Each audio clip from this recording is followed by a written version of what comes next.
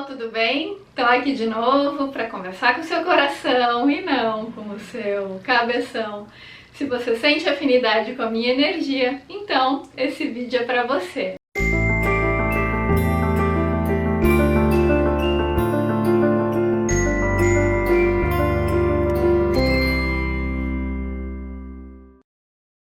Gente, eu quero começar o vídeo de hoje lendo um poema belíssimo de Kabir, que era um poeta indiano medieval, né? Ele tem um poema extremamente profundo, eu gostaria muito de ler para vocês, que é o seguinte. É o poema número 6, ele falava assim: A lua brilha em mim, mas meus olhos cegos não podem vê-la. O tambor da eternidade soa em mim, mas meus ouvidos surdos não podem ouvi-lo. O servo tem em seu corpo almíscar, mas de bom grado o trocaria por capim. Enquanto clama pelo eu e o meu, o trabalho do homem é inútil. Quando o apego ao eu e ao meu se esvai, o trabalho do Senhor acontece. As flores florescem pelos frutos e fenecem para que despontem. Eu conheci a obra de Kabir mais profundamente graças às aulas de filosofia indiana, né, que eu tô fazendo da professora Lucelena Galvão. Inclusive as aulas são muito boas, são online, para quem tiver interesse em fazer esse curso de filosofia indiana, vale muito a pena. E eu conheci Kabir através das aulas dela, embora o Osho já falasse do Kabir em várias palestras dele, eu já tinha ouvido falar, mas nunca tinha estudado profundamente, né, as poesias, não sabia direito da vida dele. E aí então eu fiquei sabendo, graças às aulas da professora Lucelena, que ele foi um poeta indiano medieval, e ele era um grande crítico, vamos dizer assim, das convenções filosóficas e religiosas da época, né? Ele nasceu em torno de 1440, não se sabe muito bem detalhes da biografia, existem algumas contradições em relação à biografia dele, mas alguns dizem que foi ali em torno de 1440, ele morreu em torno de 1520, por aí. Então ele foi um poeta dessa época, e era bem interessante porque Kabir, ele criticava a erudição filosófica da época, né? Ele dizia que nada adianta uma filosofia que não pode ser aplicada na prática cotidiana do povo, né? A filosofia se dá no simples, no comum, no dia a dia de uma costureira, por exemplo, né? Então ele procurava se expressar através de um hindi muito simples, até porque ele era um homem do povo, ele era de uma família de artesãos. Então ele procurava se expressar de um jeito simples, objetivo, porém extremamente profundo. E ele desenvolveu então uma doutrina bastante eclética, porque ele bebeu de várias fontes e ele conseguiu assimilar o melhor de cada fonte. Com isso ele desenvolveu um sincretismo, né? Porque ele sintetizava o conhecimento de vários pensamentos filosóficos e ia pegando o melhor de cada pensamento filosófico e desenvolveu um sistema de pensamento autoral e bastante atípico para a época. Assim como o Osho, ele também foi expulso, né? Ele foi expulso da cidade dele. O Osho também foi bastante criticado, assim como o Kabir e como todos os homens brilhantes da humanidade que quebram paradigmas. Ele foi muito criticado, é criticado até hoje, né? Mas ele traz esse pensamento justamente da gente aprender a enxergar o sagrado, o divino, nas coisas simples do dia a dia. O que vai muito ao encontro do que o Osho fala, tanto que o Osho cita Kabir em várias das palestras dele. Inclusive tem uma obra do Osho que é dedicada exclusivamente a analisar as poesias de Kabir, que é bem interessante, recomendo para quem tiver interesse. E é interessante a gente perceber, eu acho que essa filosofia oriental também nos ajuda muito a perceber isso, quando a gente se aprofunda nela. Ainda mais numa sociedade tão narcisista e psicopática como a nossa, muitas vezes a gente conquista as coisas do mundo, só que quando a gente conquista coisas do mundo sem antes ter conquistado a gente mesmo, né, essas coisas acabam não nos preenchendo completamente. Elas trazem uma excitação efêmera, uma anestesia, mas não um preenchimento real. Inclusive, esses dias eu estava conversando com uma seguidora que me mandou uma mensagem pelo direct. Ela falou assim: Gisela, eu tenho tudo o que as pessoas falaram que ia me fazer feliz. Eu tenho saúde, eu sou bonita, eu tenho uma família linda, tenho filhos, sou muito bem casada, sou bem-sucedida no meu trabalho, ganho muito bem, sou reconhecida profissionalmente. E ainda assim eu tenho uma profunda angústia e me sinto completamente infeliz. Eu não sei o que falta, porque teoricamente eu tenho tudo aquilo que me falaram que é me fazer feliz. E é interessante porque esse é um dilema moderno, né? Tem muitas pessoas que têm tudo isso que ela falou, mas continuam se sentindo infelizes, angustiadas, justamente porque muitas pessoas às vezes veem riqueza material, por exemplo, né, como um fim em si mesma e não como um meio para que você atinja um objetivo mais nobre, mais elevado. Tanto que a gente pergunta para algumas pessoas hoje em dia, o que você quer ser quando você crescer? E algumas pessoas falam assim, eu quero ser rico e famoso, né? Que são ideais do ego, né, gente? Porque assim, uma coisa é você ter fama e riqueza como um meio para você atingir um fim um pouco mais nobre, mais elevado, que te conduza à eternidade. A outra coisa é você ver a riqueza e a fama, né, como um fim em si mesmas, né, como algo, como um objetivo de vida, um objetivo supremo de vida.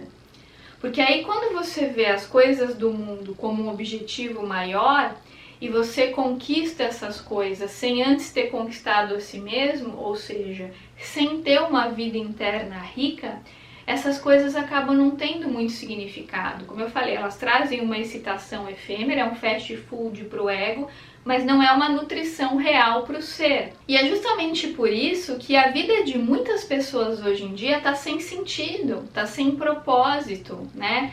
Porque as pessoas ficam cada vez mais buscando atender a desejos efêmeros do ego que nunca saciam completamente. Então, às vezes a pessoa conquista algum poder social, alguma credibilidade pública, né, ou conquista uma determinada posição, enfim. E aí ela tem aquele orgulho, aquela vaidade por ter conseguido conquistar aquilo. Aquilo traz uma empolgação transitória, mas a angústia permanece. E por que a angústia permanece? Porque aquilo que é verdadeiramente eterno, aquilo que é real, o que traz a alegria real, né, que é a conquista de si mesmo, a conquista do mundo interno, a conexão com a fonte, a qualidade de vida do mundo interno, isso ainda não foi conquistado. O Osho fala muito sobre isso, inclusive no livro Barco Vazio, que eu recomendo para quem ainda não leu. Né, ele fala muito nessa obra sobre a busca que a gente tem desenfreada por um encontro com a gente mesmo, e a gente fica buscando,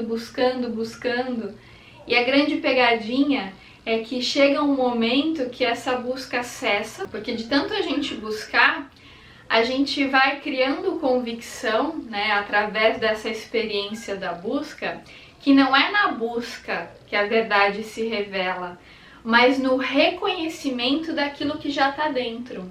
Olha que interessante. Só que para a gente descobrir isso, primeiro, muitas vezes, a gente precisa passar pela experiência da busca, né? E da conquista das coisas do mundo.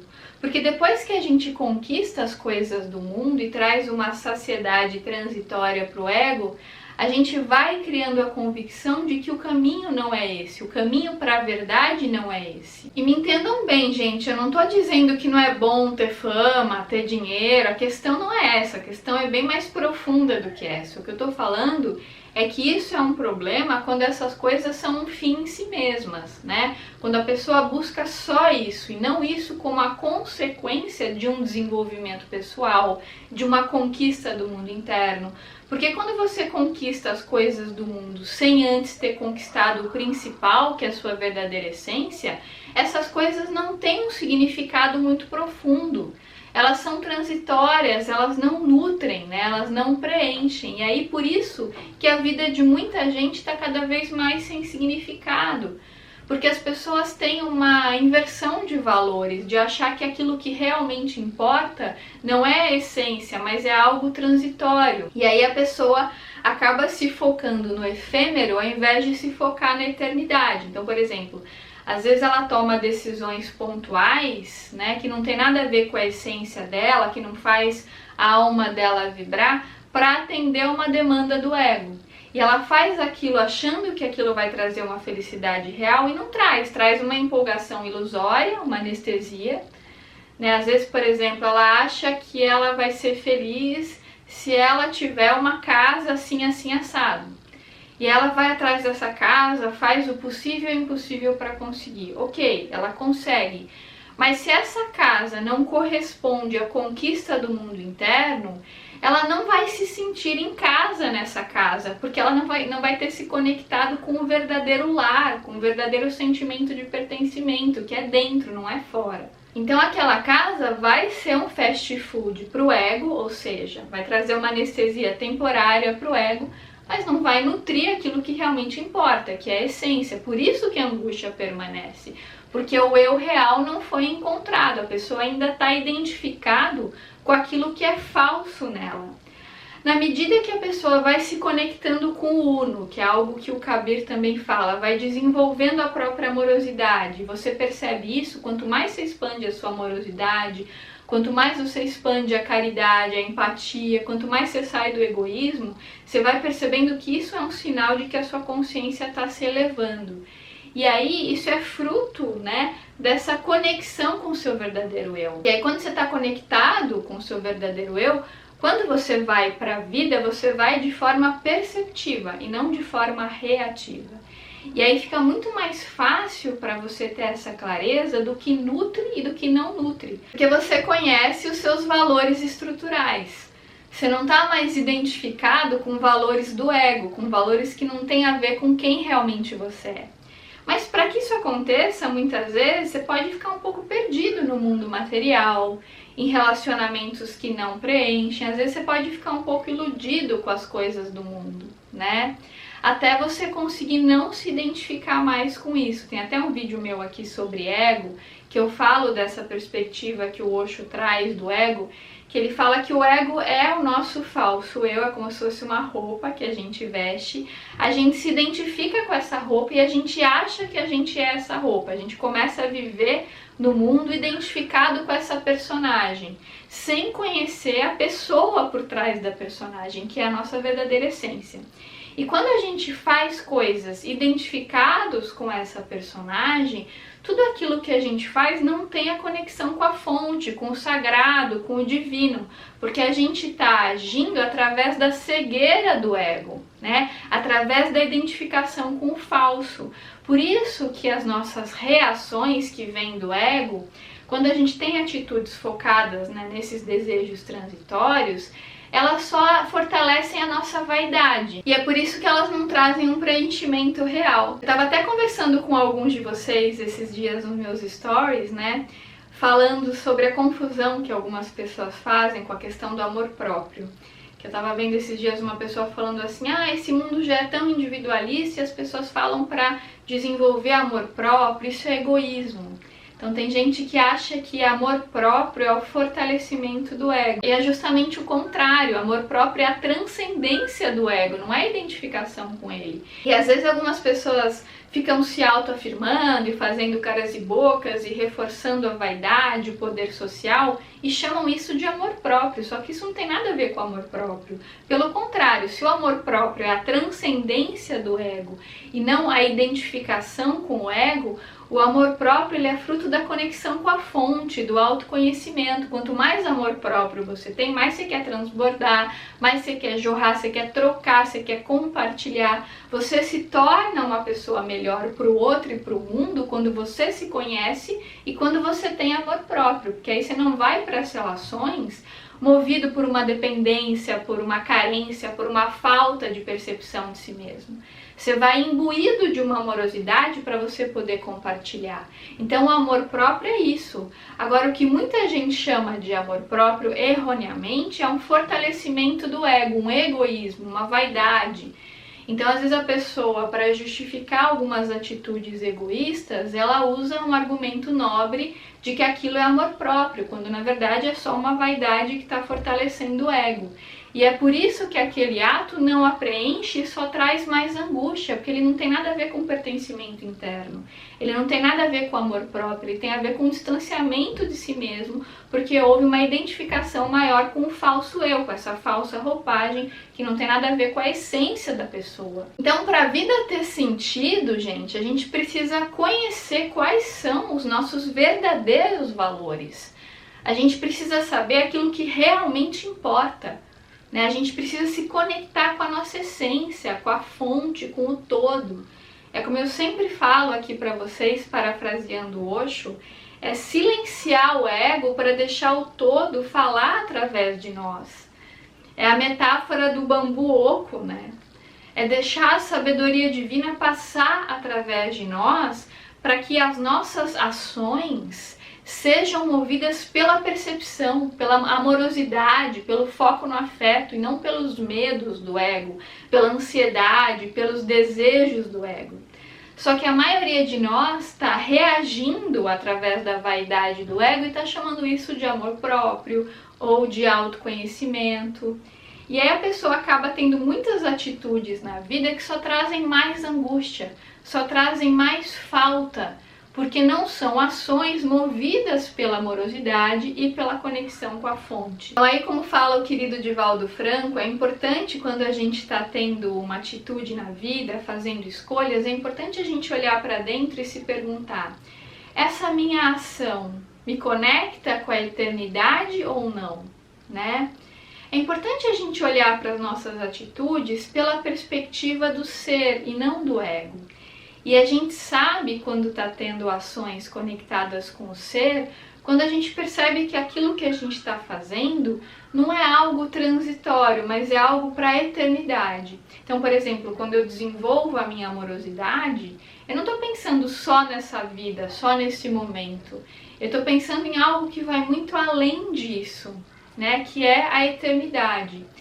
Agora, quando eu faço, por exemplo, mal para alguém, para eu ter uma demanda do ego atendida de forma pontual e de forma transitória, eu estou agindo pela cegueira do ego e não pela percepção. Porque quando eu percebo que o outro também sou eu, que o outro faz parte de mim, que estamos todos conectados, que somos todos uma coisa só, e eu tenho essa percepção, quanto mais conectado eu estou com o meu ser real, quando eu tenho essa percepção, as minhas ações serão ações conduzidas pela sabedoria do ser, porque eu percebo que fazer mal para o outro é também fazer mal para mim mesmo. Eu não vou ser uma pessoa oportunista que quer tirar vantagem do outro, porque eu percebo que tirar vantagem do outro é desvantagem para mim e também para o outro, porque é uma reação movida pelos desejos efêmeros do ego. Não é algo que me conecta com a fonte, com a eternidade, com aquilo que é real, entende? Por isso, gente, que quando você vai tendo essa consciência mais ampla de conexão com o todo e você consegue enxergar a realidade várias oitavas acima, essa é uma metáfora também que eu aprendi com o Osho, que faz muito sentido, que eu sempre falo aqui, né? Quando a gente está agindo movido pelos desejos do ego, é como se a gente estivesse sentado debaixo de uma árvore. Quando a gente age movido pelas percepções do ser, é como se a gente tivesse subido essa árvore, estivesse enxergando a realidade lá de cima. É claro que quando a gente está lá em cima, a nossa percepção das coisas muda completamente. Só que a maioria de nós ainda está com uma visão nublada da realidade, uma visão incompleta, porque a gente ainda está sentado debaixo da árvore, a gente não está vendo de cima. A gente tá vendo aqui de baixo, então tem muita coisa que a gente considera injustiça, muita coisa que a gente considera errada, a gente briga com a vida, briga com a realidade e tal, porque a gente não consegue ter uma percepção do todo, a gente tem uma visão de uma única peça do quebra-cabeça, porque a nossa visão do ego é parcial, é limitada, né? É uma visão que não nos permite enxergar o todo. Quando você medita, se autoconhece, e você começa a enxergar a realidade por essa perspectiva mais ampla, você começa a enxergar todas as peças do quebra-cabeça juntas e você começa a enxergar o todo. Então, muita coisa que antes você enxergava de um jeito limitado, você começa a entender de um jeito mais profundo. porque você está olhando a realidade pela perspectiva da eternidade, não pela perspectiva do transitório que é o ego. Quanto mais você se conecta, né, com esses valores verdadeiros, com o seu eu real, com a sua essência, quanto mais você se permite silenciar o ego para deixar o todo falar através de você, a sua vida ganha um sentido muito diferente. E aí, como dizia Kabir, você consegue enxergar Deus em tudo o que acontece. Você percebe que nada é por acaso, que tudo que chega até você é algo simbólico, é algo que diz sobre você de alguma forma.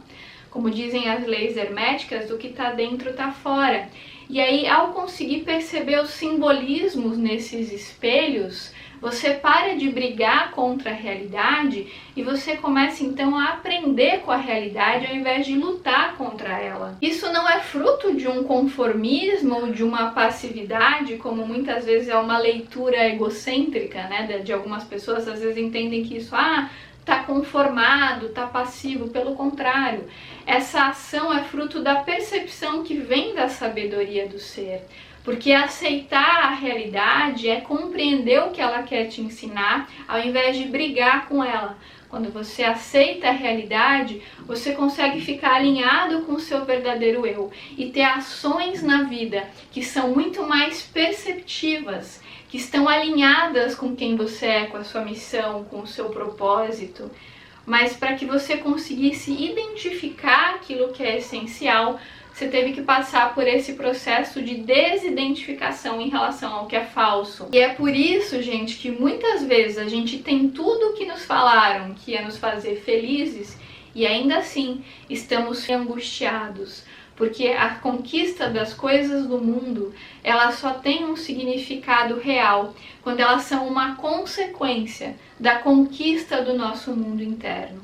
Senão, elas servem só como anestesias efêmeras, que não nos preenchem verdadeiramente, que não nos nutrem, porque acabam sendo coisas que nos afastam do nosso verdadeiro eu e só reforçam uma identificação ainda maior com o falso eu, nos afastando, portanto, da sacralidade da vida, que é o que traz um significado mais profundo. Quando você tem contato com aquilo que realmente importa, com aquilo que realmente é sagrado, você consegue se entregar para a vida. Você para de brigar contra ela. Você para de lutar contra aquilo que você não pode controlar. Você aceita a realidade e você consegue intuir como transformá-la, mas movido pela sabedoria do ser e não mais pelos desejos transitórios do ego. Porque nesse momento você aprendeu a se conectar com quem você é de fato. Esse trabalho é lento, é gradativo, ele não acontece do dia para a noite, é um treino diário e constante para todos nós que estamos aqui num grande aprendizado. E todos os dias a vida nos traz muitas situações simbólicas, para que a gente possa olhar para essas situações e nos perguntar: o que a vida quer me mostrar com isso? O que a vida está querendo me ensinar? Eu não vou brigar contra isso, eu vou olhar para isso e vou buscar entender o simbolismo disso, por uma perspectiva amorosa, não reativa, pela perspectiva da sabedoria do ser. E aí, conectado com o meu eu real, as minhas ações serão frutos do meu pertencimento interno e não da negação de mim mesma. Gente, esse foi meu recadinho de hoje. Se fez algum sentido pra você, lembra de deixar seu like aqui pra mim, de compartilhar esse vídeo com seus amigos e, claro, de se inscrever no canal se ainda não tiver inscrito. Como sempre, eu agradeço as mensagens tão queridas e generosas que eu recebo de muitos de vocês todos os dias. Eu sou muito grata, gente, por vocês dedicarem um pouquinho do tempo de vocês para deixarem uma mensagem, né, para deixarem um depoimento generoso. Eu sou muito grata de fazer parte dessa comuna tão focada no afeto, de pessoas tão generosas que buscam uma expansão de consciência, um desenvolvimento pessoal, através da meditação, do autoconhecimento. Eu sou muito grata, eu também aprendo muito com vocês. Somos todos um. Um grande beijo e até os próximos vídeos.